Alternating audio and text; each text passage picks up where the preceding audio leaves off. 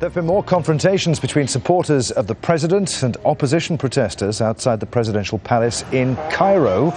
Al Jazeera's Rawya Rageh joins us now live from there.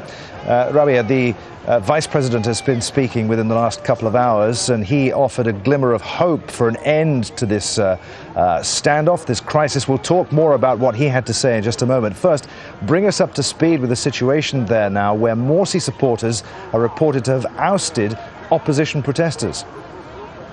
Very ugly scenes outside the presidential palace, Adrian. In the past couple of hours, earlier in the day, rather, the Muslim Brotherhood responded by issuing a strong-worded statements criticizing the opposition for the rallies outside the presidential palace yesterday, claiming that this way the opposition is trying to tear down their version of legitimacy and law and order in the country. As a result, it's called on its followers to mobilize and take to the streets outside the palace. The inevitable confrontation happened. The pro-Morsi supporters attacked the sit-in outside the palace, tore down the opposition tents, and essentially driven off the opposition outside the palace. In the past hour, the president managed to get out of the palace where he works. It's his office, not where he lives, surrounded by his supporters who chanted supporting him. Let's talk about the political ramifications of all of this then, as the vice president says that a breakthrough on the country's constitutional crisis is imminent.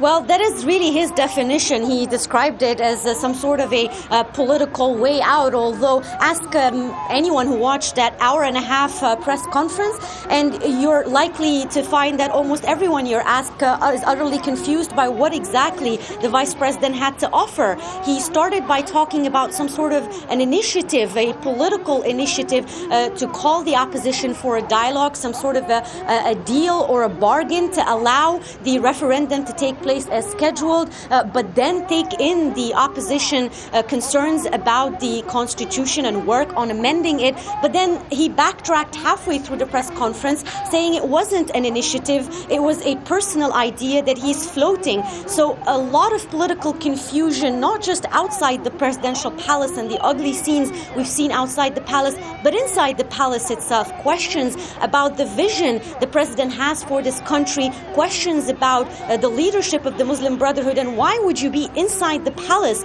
and want to be outside it and drive out the opposition as well? Just before we leave you, Rawya, we're looking at pictures now of the scene outside the presidential palace. Ambulances there. Yesterday, tear gas was used against opposition protesters there. I take it in the way that this violent storming by Morsi supporters happened earlier to oust those protesters, that there may have been injuries.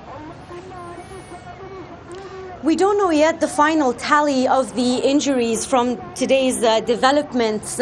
What we do know is that definitely those tents were torn down. We've seen reports from the opposition saying that there have been injuries, that they were beaten up, but final official numbers, I can't really update you with those just yet, Adrian.